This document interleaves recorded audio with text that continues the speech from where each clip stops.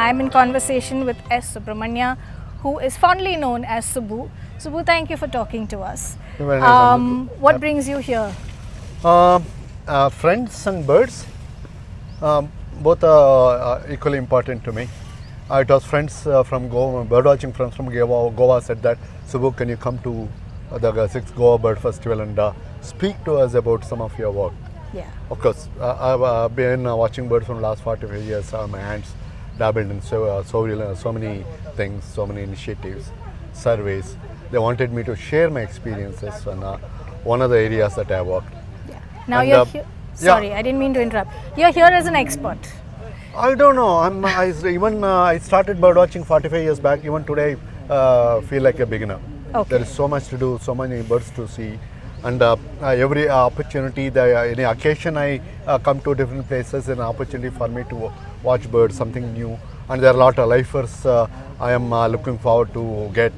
So Goa always has been an amazing place because I have some very, very close birdwatching friends here.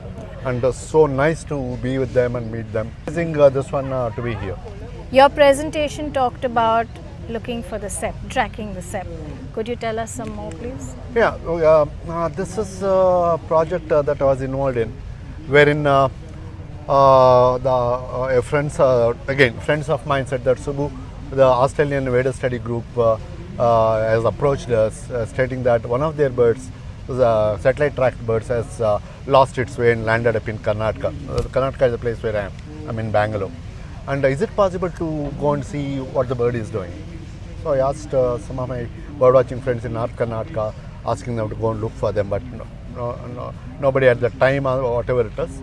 They did not do. Then I decided to go and look for the bird myself. And when I went there and looked, the bird was actually breeding.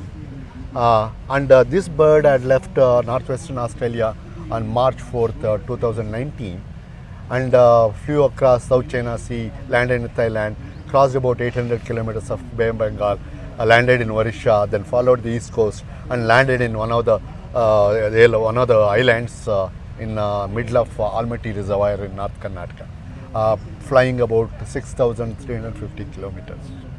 And when I went and located the bird, photographed the bird, and the birds were actually breeding. Of course, this was not alone. There are 8 to 10,000 oriental praticos, and obviously all of them would have come from Australia.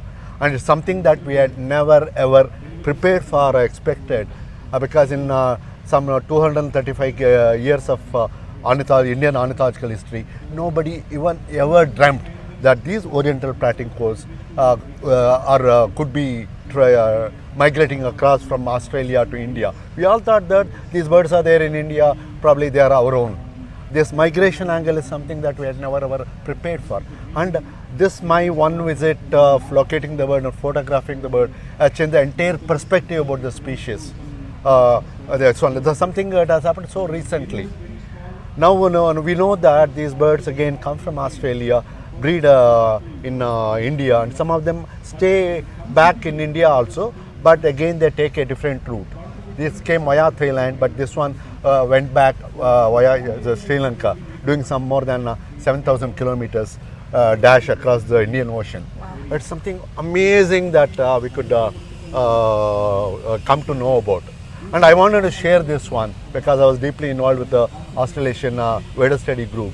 And it was something very, very spectacular.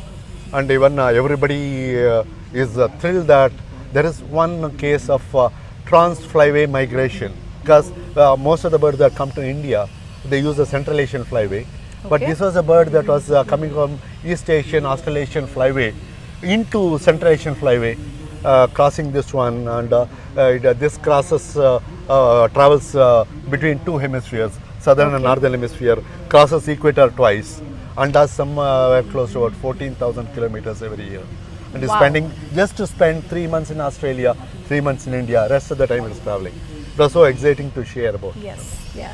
Well, there you have it, folks. Every aspect of life needs heroes, and these are the kinds of heroes that work with birds, making life better for them and for us, and revealing new things to us every day. So, heroes in everyday garb. Subbu, thank you so much for talking to us. So nice to be here. Thank you. A pleasure. Yeah, sure. Thank you. Bye.